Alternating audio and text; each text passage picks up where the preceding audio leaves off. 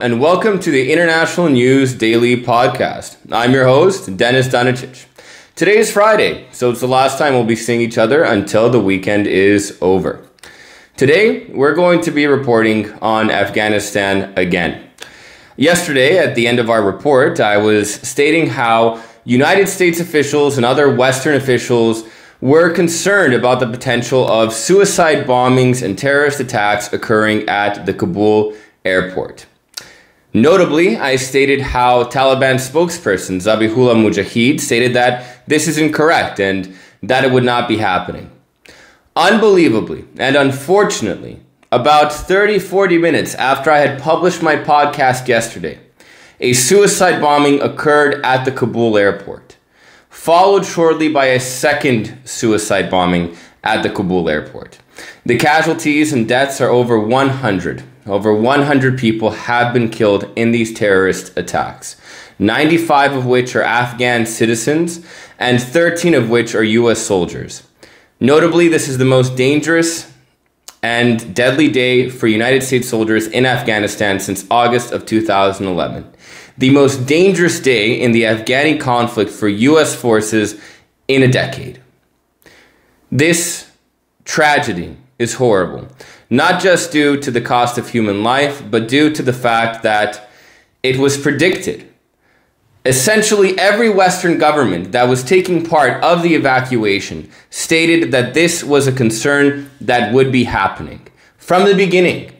Logically, in a country that is extremely unstable and has elements of Islamic extremism and groups that are prone to commit acts of terrorism, it was extremely visible that a groupation of thousands of people waiting to get on airplanes would be a target for terrorist activity.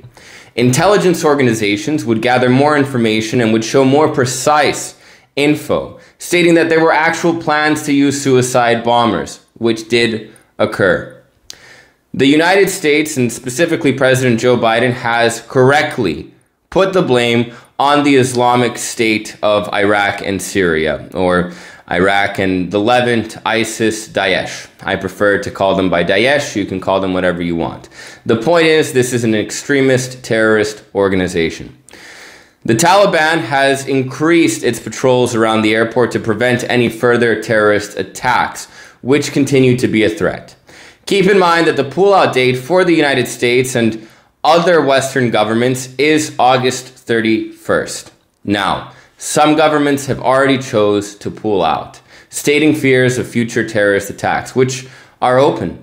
You have to understand that the Kabul airport is essentially a sitting duck. Currently, there are 5,000 people waiting to be put on airplanes and evacuated from Afghanistan. These people are out in the open for gunfire, suicide bombings, and missiles to be launched at them. United States forces, Western coalition forces, and the Taliban are all working together to ensure that another terrorist attack does not happen again.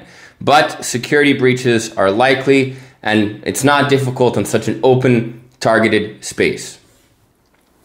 It should also be noted that 1,000 Americans still remain in Afghanistan that have been yet to be evacuated.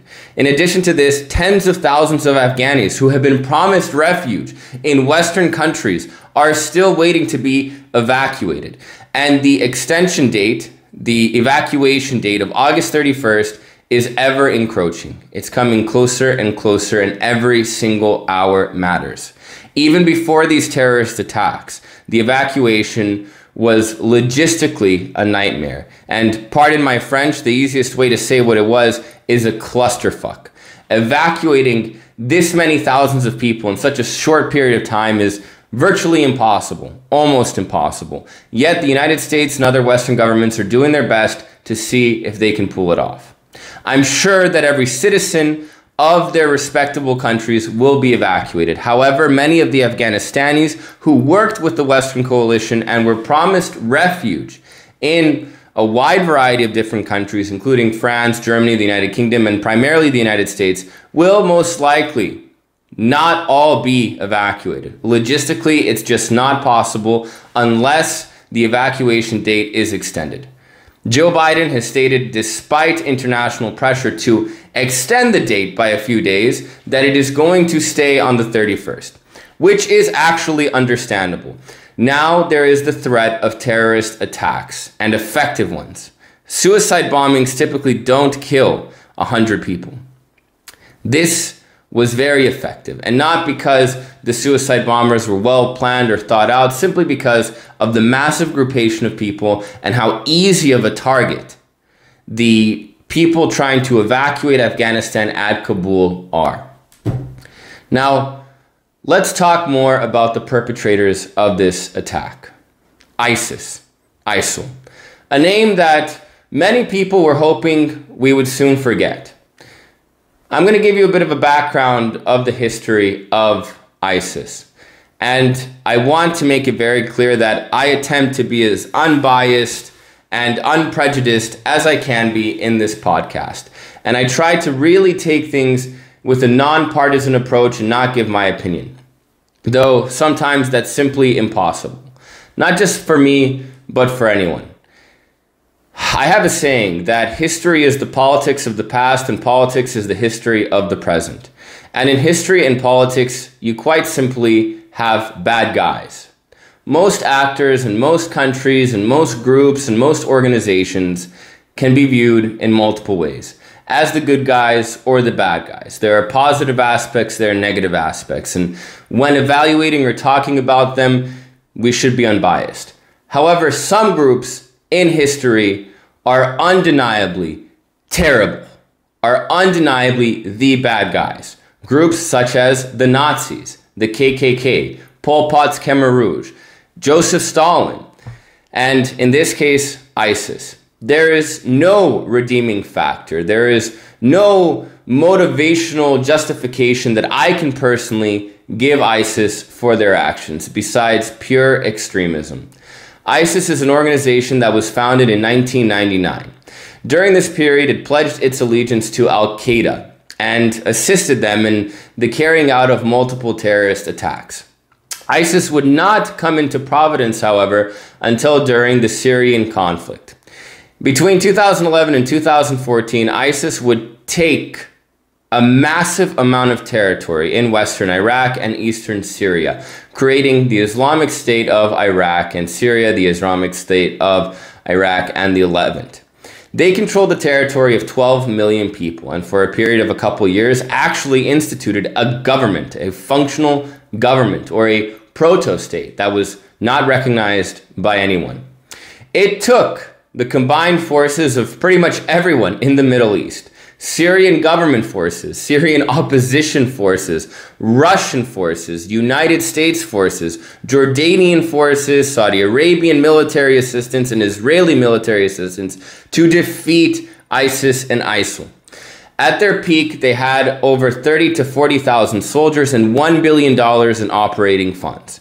They were essentially a small state, not just a terrorist organization, and successfully the world banded together, or at least the region, with international assistance, banded together to exterminate this threat, and successfully did so. Now, ISIS has, for the past few years, maintained minor cells and has more or less been in hiding, committing the occasional terrorist attack, but they have not created a major presence in any of the single 18 countries where they operate in.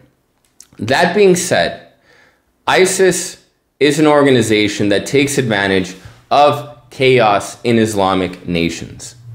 When there is disorganization, a lack of government, a lack of control, a lack of order, ISIS is able to come to power. ISIS is able to rally, and ISIS is able to institute its radical Salafi jihadist Islamic belief system in areas.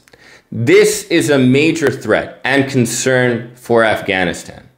It should be noted that ISIS is extremely more radical than the Taliban.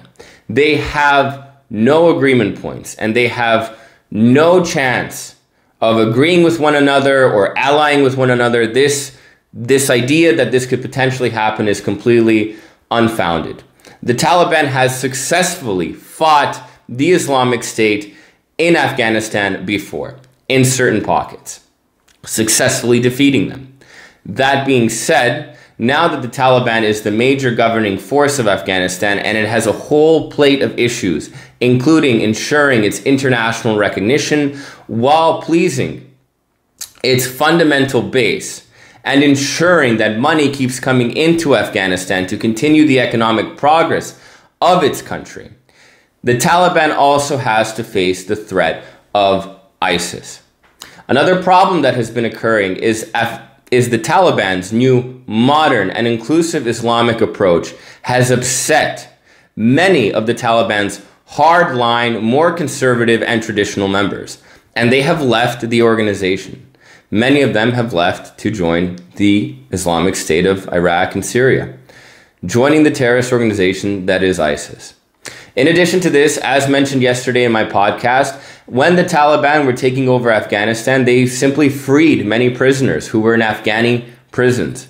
Many of these prisoners were members of ISIS who are now free and at large and operating in Afghanistan. In addition to this, when Western-backed coalition government forces of the previous Afghanistani government were fleeing the Taliban, they left their munitions, their small arms, their tanks, and their weapons. And some of these are believed to have been taken by ISIS.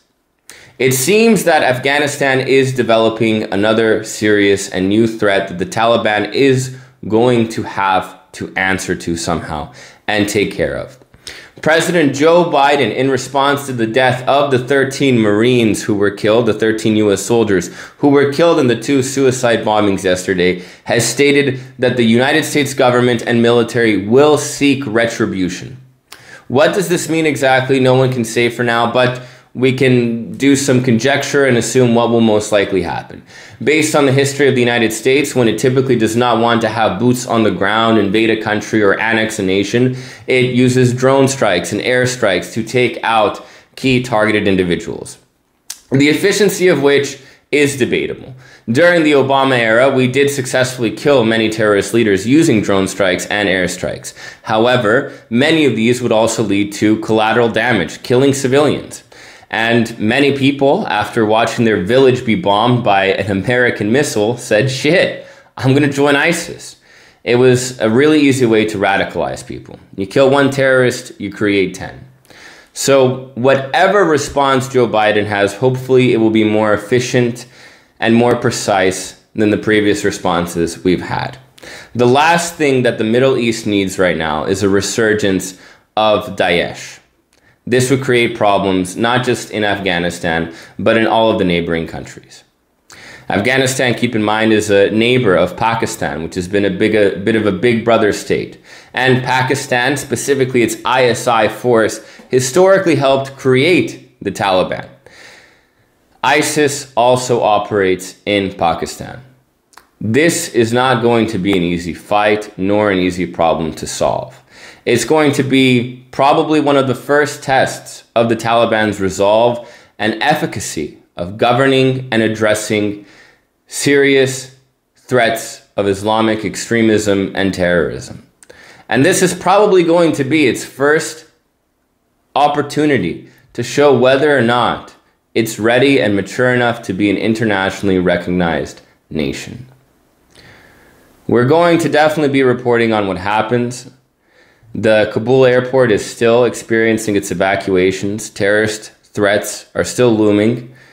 And hopefully, no more suicide bombings will occur and no more innocent people will die.